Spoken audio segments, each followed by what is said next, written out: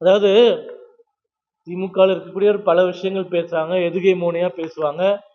RSS அழிச்சிருவோம், BJP இனிமே தமிழகத்துல காலூன்றவே விட மாட்டோம் அப்படின்லாம் சொல்றாங்க. இல்ல ஒரு எக்ஸாம்பிள்ஸோட செல்லக்கூடிய ஒரு வார்த்தைகள். இப்போ செங்கலை போய் உருவோம்னா உடனே அண்ணாமலை புல்டோசர் எடுத்துட்டு போய் அண்ணா அறிவாலயத்துல எல்லாத்தையும் இடிச்சுட்டு செங்கலை எடுத்துட்டு வருவாருன்னு அர்த்தம் கிடையாது. இது திமுகவினுடைய பொய் பிரச்சாரங்களை மக்களிடம் எடுத்துரைத்து 26 தேர்தலில் திமுக ஆட்சிக்கு வராம பண்ணுவோம் அப்படின்றதா அதனுடைய பொருள். செங்கலை உருவோம் அப்படின்றதுக்கு இன்னும் சிறப்பு பொருள் என்னன்னா, எப்படி 2011 திமுக எதிர்கட்சி அந்தஸ்து கூட வராம 3வது கட்சியாக மக்களால் விரட்டி அடிக்கப்பட்டதோ, அதே போல வருகின்ற 2026 தேர்தலிலும் திமுக மக்களால் மிக மோசமான தோல்வியோடு விரட்டி அடிக்கப்படும் அப்படின்றதனுடைய அர்த்தம் தான் ஒரு செங்கலையும் உருவோம் அப்படின்னு சொல்றது. அதனால இவங்க அதான் சொல்றனே, இந்த மாதிரி இவங்க பேசுறது என்ன வேணாலும் பேசுவாங்க, நம்ம பேசுறது அவங்கள மாதிரியே பேசினா உடனே அதுக்கு அப்படியே ஒரு அர்த்தம் கற்பித்து இவங்க வயலன்ஸ் பண்றாங்க, வன்முறை பண்றாங்க அப்படின்னு பொய்யாக மக்களை திசை திருப்பதில் திமுக மிக மிக வல்லமையான கட்சி. அதை பண்ணி தான் இவ்வளவு ஆண்டுகள் ஆட்சியில் இருந்திருக்காங்க. ஆனா இனிமே அதை பண்ண முடியாது அப்படின்றது தான் எங்களுடைய கருத்து. அதாவது ப. சிதம்பரம் அவர்கள் என்ன சொல்றாருன்னா, இந்திய திணிக்கிறாங்க அப்படின்னு சொல்றாரு. இதுக்கு முன்னாடி சொன்ன அதே பதில் தான். ஒரு மத்திய அரசுல இருந்திருக்கீங்க, கிட்டத்தட்ட ஒரு 6-7 பட்ஜெட் பிரசன்ட் பண்ணியிருக்கீங்க, உள்துறை அமைச்சராக இருந்திருக்கீங்க, பல அமைச்சகங்களை கையாண்டு இருக்கீங்க. இப்படிப்பட்ட பொறுப்புகள் இருந்தவர் இன்னைக்கு தமிழ்நாட்டிலிருந்து ராஜ்யசபை எம்பியா இருக்கக்கூடியவர் பொய் பேசலாமா? சிதம்பரம் அவர்கள் கிட்ட மீண்டும் நான் கேட்கிறேன், புதிய கல்விக் கொள்கையில இந்தி கட்டாயம்னு எங்கேயாச்சும் சொல்லியிருக்குன்னு ஒரு வரியை நீங்க காமிச்சிட்டீங்கன்னா நீங்க சொல்ற எதா இருந்தாலும் நாங்க கேட்கிறோம்.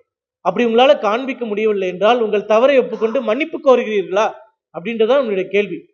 இந்தி கட்டாயம்ன்றது எங்கேயுமே இல்லைங்க. மீண்டும் மீண்டும் சொல்றேன், இதற்கு முன்னாடி 2 முறை கல்விக் கொள்கை வந்திருக்கின்றது.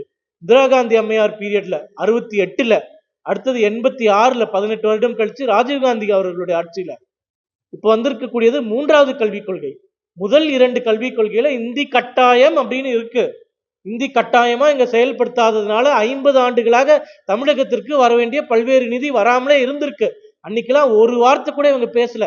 இன்னைக்கு மோடி அரசாங்கம் என்ன சொல்லுதுன்னா, இந்தி கட்டாயமா வேண்டாம், எந்த மொழி வேணாலும் 3வதா படிச்சுக்கோ. நீ கேரளா பார்டர்ல இருக்கீங்கன்னா மலையாளத்தை படிச்சுக்கோ 3வது லாங்குவேஜா, ஆந்திரா பார்டர்ல இருக்கனா தெலுங்கு படிச்சுக்கோ, கர்நாடகா பார்டர்ல இருந்தனா கன்னடா படிச்சுக்கோ, இல்ல வெளிநாட்டு மொழி வேணுமா, பிரெஞ்சு படிக்கிறியா, ஸ்பானிஷ் படிக்கிறியா, ரஷ்யன் படிக்கிறியா, எது வேணாலும் படிச்சுக்கோ 3வது மொழியா. நிதியை நாங்க கொடுக்கிறோம், நல்லா புரிஞ்சுக்கணும்.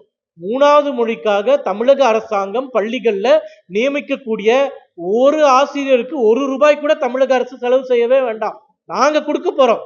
அதை வாங்கி கொடுக்கறதுல உங்களுக்கு என்ன பிரச்சனை? ஏன் பயப்படுறீங்க? இங்க அரசு பள்ளிகள்ல படிக்கக்கூடியவர்கள் உங்களுக்கு அடிமைகளாக சேவகம் செஞ்சுட்டே இருக்கணுமா? உங்க பிள்ளைங்கள்லாம் தனியார் பள்ளியில 3வது மொழி படிக்கிறீங்களே. அன்பில் மகேஷ் தமிழகத்தினுடைய கல்வித்துறை அமைச்சர், அவரு பையன் தனியார் பள்ளியில படிக்கிறார். 2வது மொழி என்ன தெரியுமா? பிரெஞ்சு. முதல் மொழி என்ன தெரியுமா? ஆங்கிலம். தமிழே படிக்கல. அப்ப உங்க பிள்ளைங்களுக்கெல்லாம் மட்டும் தமிழ் வேண்டாம், வேற மொழி படிப்பீங்க. எங்க பிள்ளைங்களுக்கு தமிழ முதல்ல சொல்லிக் கொடுங்க, இங்கிலீஷ் 2வதா சொல்லிக் கொடுங்க, 3வதா ஒரு மொழியை சொல்லிக் கொடுங்கன்னா அது உங்களுக்கு கசக்குதா? அதுவும் எங்க காசுல சொல்லிக் கொடுக்க சொன்னா கசக்குதா? அதனால இந்த பொய் பிரச்சாரங்கள்ல வேண்டாம். சிதம்பரம் அவர்கள் உள்துறை அமைச்சரா இருக்கும்போது ஹிந்தி திவஸ் அப்படின்ற ஒவ்வொரு வருடமும் ஒரு நாள் கொண்டாடப்படும். 3 முறை அந்த இந்தி திவஸ்ல பேச்சு பேசியிருக்காரு. என்ன பேசியிருக்காரு தெரியுமா? இந்தியா முழுக்க இந்தி பேச கற்றுக்கொள்ள வேண்டும். சிதம்பரம் பேசியிருக்காரா இல்லையா? சிதம்பரம் பேசியிருக்காரா இல்லையா? தமிழகத்தை சேர்ந்தவர் தானே, இந்தியை எதிர்க்கிறவர் தானே, 2 மொழி வேணும்னு சொல்றவர் தானே. அப்ப உள்துறை அமைச்சராக இருக்கும்போது அவர் பேசிய உரையில் இந்தியை இந்தியா முழுக்க அனைவரும் பேச கற்றுக்கொள்ள வேண்டும், இந்தி எல்லாரும் பேசுறதுக்கு எவ்வளவு கோடி நிதி வேணாலும் ஒதுக்குவதற்கு தயாராக இருக்கிறோம், ராஜபாஷா திவஸ் அப்படின்ற ஒரு நிகழ்ச்சியில பேசியிருக்காரா இல்லையா? அந்த ஸ்கிரிப்ட் கொடுக்கட்டுமா? இவ்வளோ நியாயம் பேசுறவரு அன்னைக்கு உள்துறை அமைச்சரா இருக்கும்போது என்னுடைய கொள்கைக்கு இது ஒத்து வராது, இந்த பேச்சை நான் பேச மாட்டேன்னு பேப்பரை தூக்கி வீசிட்டு போயிருக்குமா வேண்டாமா? வெட்கமே இல்லாம அன்னைக்கு இந்தியில பேசுனீங்க, இந்தியா முழுக்க கொண்டு வருவேன்னு பேசுனீங்க. இன்னைக்கு யாருக்கிட்ட நாடகம் போடுறீங்க? அந்த இந்தி பேச்சு பேசுனதை இப்ப நாங்க போடுறோம் எங்க சோசியல் மீடியா அக்கௌண்ட்ல. சிதம்பரம் இந்தியா முழுக்க இந்தியை கட்டாயம் எல்லாரும் படிக்க வேண்டும் அப்படின்னு பேசுனதை நாங்க போடுறோம். ஏன் பேசுனீங்கன்னு நீங்க போய் கேள்வி கேளுங்க. அப்ப பேசுனது தப்புனா மன்னிப்பு கேட்பீங்களான்னு கேளுங்க. அது முடிச்சதுக்கு அப்புறம் எங்க கிட்ட கேள்வி கேட்க சொல்லுங்க, நாங்க பதில் சொல்றோம். அதாவது கிருஷ்ணா கோதாவரி திட்டமாகட்டும், மகாராஷ்டிரா, குஜராத், மத்திய பிரதேசமாகட்டும், ஆந்திர பிரதேசம், தெலுங்கானாவாகட்டும், கடந்த 11 ஆண்டுகள்ல ஏற்கனவே பல்வேறு நதிநீர் இணைப்பு திட்டங்கள் சிறிய சிறிய வகையில செயல்படுத்தப்பட்டு கொண்டுதான் இருக்கின்றன. தமிழகத்தை பொறுத்த வரைக்கும் என்ன பிரச்சனைனா, எந்த திட்டத்துக்கும் ஒரு தொலைநோக்கு பார்வைன்றதே கிடையவே கிடையாது. இப்போ நிதி பணம் கொடுக்கல, பணம் கொடுக்கலன்னு பேசுறீங்க. சென்னை விமான நிலையத்திற்கு 25,000 கோடி ரூபாய் மத்திய அரசினுடைய பங்கு நிதி கொடுப்பதற்கு 3 வருஷமா தயாரா எடுத்து வச்சிருக்கோம். இன்னைக்கு வரைக்கும் கேட்டு வாங்குனீங்களா? இல்ல கேட்கவாச்சும் செஞ்சீங்களா? ஏன் கேட்கல? நிலம் கையகப்படுத்துவது கூட துப்பு இல்லை. மெட்ராஸ்ல ஏர்போர்ட் எல்லாரும் பார்த்துருக்கீங்க, எவ்வளவு சின்னதா இருக்கு. பக்கத்துல இருக்கக்கூடிய பெங்களூர் எவ்வளவு பெருசு இருக்கு, ஹைதராபாத் எவ்வளவு பெருசு இருக்கு, பாம்பே எவ்வளவு பெருசு கொண்டு வந்துட்டாங்க. இந்தியாவுல சென்னை விமான நிலையம் 10வது இடத்துக்கு போயிடுச்சு. முதல் 3 இடத்துல இருந்து 10வது இடம். ஏனென்றால் புது விமான நிலையம் அமைப்பதற்கு 25,000 கோடி ரெடியா மோடி கையில் வச்சிருக்காரு. இன்னைக்கு வரைக்கும் மக்கள் போராட்டத்தை அடக்குவதற்கு, சுமூகமாக முடிப்பதற்கு இந்த அரசாங்கத்துக்கு திராணி இல்லை. இல்ல இந்த மாதிரி தான் சொல்றேன். அதுதான் சொல்றேன் நான். இப்போ மகாராஷ்டிரா, மத்திய பிரதேஷ், குஜராத் 3 மாநிலங்களும் சேர்ந்து எவ்வளவு நதிநீர் இணைப்பு திட்டங்கள் ஏற்கனவே செயல்படுத்தியிருக்காங்க நீங்க எடுத்து பாருங்க. அதே மாதிரி ஆந்திரா, தெலுங்கானால எவ்வளவு திட்டங்கள் செயல்படுத்தியிருக்காங்கன்னு பாருங்க. தமிழகம் இதுவரைக்கும் ஏதாச்சும் ஒரு திட்டம் நதிநீர் இணைப்புக்கு எனக்கு செஞ்சு கொடுங்க அப்படின்னு ஒரு ப்ரப்போசலை மத்திய அரசாங்கத்துக்கிட்ட கொண்டு போனதா ஒரு ரெக்கார்டு காமிக்க முடியுமா நம்ம? அதுக்குதான் நான் சொல்றேன், தொலைநோக்கு திட்டம் அப்படின்றதே தமிழக அரசுக்கு சுத்தமா கிடையாது. இன்னைக்கு சம்பளம் எப்படி கொடுக்கறது? இன்னைக்கு அரசாங்க பள்ளி ஆசிரியர்களுக்கு பணம் கொடுக்கறதுக்கு இல்ல. உடனே கடன் எவ்வளவு வாங்கலாம்? வருஷத்துக்கு 1 லட்சம் கோடி ரூபாய் கடன் வாங்கி இன்னைக்கு ஆட்சியில் இருக்கிற வரைக்கும் கொள்ளையடிச்சிட்டு கஜானாவை காலி பண்ணிட்டு போயிடலான்றது மட்டுமே உங்க திட்டமா இருக்குன்ற போது, நதிநீர் திட்டம் மாதிரி உன்னதமான கொள்கைகளை அமல்படுத்துவதற்கு யோசிக்கிறது கூட இங்க யாருக்குமே நேரம் இல்லை. அதான் பிரச்சனை. அதனாலதான் சொல்றோம், இவங்களை வீட்டுக்கு அனுப்பிட்டு தமிழக நலன் சார்ந்து அக்கறை கொண்ட தலைவர்களை கட்சியை நீங்க ஆட்சியில் அமர்த்தினீங்கன்னா எல்லா நல்ல திட்டங்களும் நிச்சயமா நடைபெறும்.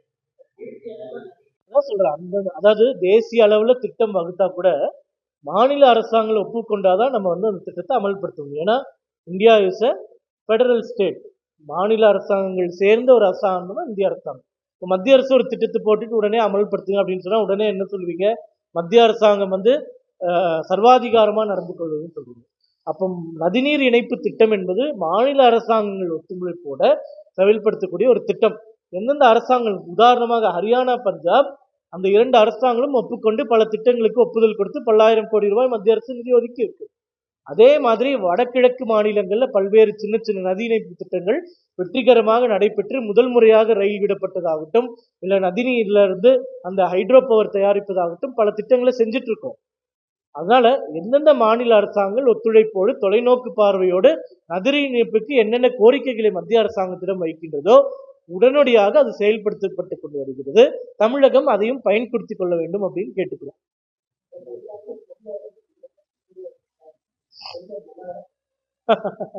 நீங்க சொல்லுங்க, நீங்க இருக்கக்கூடியவர்கள் பெண் சுதந்திரத்தை பத்தி மற்ற விஷயத்தை பத்தி, அதாவது எந்த ஒரு தலைவரும் ஒரு கோட்டில நல்லவர் கெட்டவர் அப்படின்னு வச்சுக்க முடியாது. சமகாலங்கள்ல அவர் வாழ்ந்த போது சொன்ன தத்துவங்கள் நாங்க தான் மீண்டும் கேட்கிறோமே. ராமசாமி அவர்கள் சொன்ன கொள்கைகளையும் எடுத்துட்டு திமுக இன்னைக்கு மக்கள் கிட்ட தேர்தல் பிரச்சாரம் செய்வதற்கு தயாராக இருக்கின்றதா? பெண்களுக்கு எதற்கு கர்ப்பப்பை? ஒரு பெண் எந்த ஆணுடன் எவ்வளவு ஆணுடன் வேணாலும் இருந்துக்கலாம். இந்த மாதிரி கருத்துக்கள்லாம் இன்னைக்கு வரைக்கும் ஏற்றுக்கொள்ள முடியாத கருத்துக்கள். அதை கேட்டா மிகப்பெரிய முற்போக்கு கருத்துக்கள்னு சொல்றாங்க. நான் கேட்கிறேன், இந்த கருத்தெல்லாம் சொல்றாருல்ல, கர்ப்பப்பை எடுத்துக்கணும் பெண்ணு சொல்றாங்களே, ஒரு திமுக காரனாச்சும் தான் வீட்டு பொம்பளைங்களை கர்ப்பப்பை எடுத்ததுக்கான உதாரணம் கொண்டு வந்து காமிச்சிருக்கானா? இல்ல அவங்க வீட்டு பெண்கள் யார் கூட வேணாலும் இருந்துக்கலாம்னு பெரியார் சொன்னதை ஒத்துட்டு இருந்திருக்காங்களா? உங்க திமுக தலைவர்களே ஏற்றுக்கொள்ளக்கூடியாத விஷயங்களை தமிழகத்தை ஏத்துக்கோங்க அப்படின்னு சொன்னா எப்படி ஏத்துக்க முடியும்? சில விஷயங்கள்ல நல்ல விஷயங்கள் சொல்லியிருக்கலாம், அதை ஏத்துக்கலாம். அதுக்குன்னு அவர் ஒரு பெரிய ஒரு தெய்வம் மாதிரி வச்சு கொண்டாடணும் அப்படின்னு சொன்னா அதுக்கெல்லாம் நாங்க தயாரா இல்லை. திமுக அரசாங்கமே பெரிய ராமசாமி அவர்கள் வாழ்ந்த போது திமுகவை பத்தி அவர் சொன்னவர். திமுக தலைவர்கள்லாம் தன் வாழ்நாள் முழுக்க என்னன்னு கூப்பிட்டார் தெரியுமா? கண்ணீர் துளிகள். எப்ப பார்த்தாலும் மூக்க சிந்திட்டு அழுதுட்டே இருப்பானுங்க. கருணாநிதி ஆகட்டும், அண்ணாதுரை ஆகட்டும், இதுதான் அவர் சொன்ன வாக்கியங்கள். தன் வாழ்ந்த நாள் முழுக்க திமுகவை எதிர்த்து அரசியல் செஞ்சவர் தான் ராமசாமி. காமராஜருக்கு ஆதரவாக, அண்ணாதுரைக்கு கருணாநிதிக்கு எதிராக அரசியல் செஞ்சவர் தான் ராமசாமி. இன்னைக்கு உங்களுக்கு யாரோ ஒரு பொம்மை வேணும்னு தூக்கி வச்சு கொண்டாடுறீங்க. பின்னாடி இருக்கக்கூடிய வரலாறு அவர் எழுதினது. கருணாநிதி அவர்கள் சட்டசபையில ஈவே ராமசாமி மேல ஏன் தேச துரோக வழக்கு பதிவு செய்யவில்லைன்னு கேட்டாரா இல்லையா? அப்ப அவர் இருக்கும்போது அவர் கூட எல்லாம் முரண்பட்டுட்டு அவரை எதிர்த்து அரசியல் செஞ்சுட்டு அவரை எவ்வளவு அசிங்க முடியுமோ அவ்வளவு அசிங்கமா பேசிட்டு இன்னைக்கு அவர் பெரிய எங்களுடைய கொள்கை விளக்கம் அப்படி இப்படின்னு சொன்னீங்கன்னா மக்கள் ஏமாந்துட்டு தான் இருக்காங்க. அதை தெளிய வைக்கிறதுக்கு தான் நாங்க இப்ப வந்திருக்கோம். உண்மைகளை மக்கள் கிட்ட கொண்டு போய் சொல்றோம்.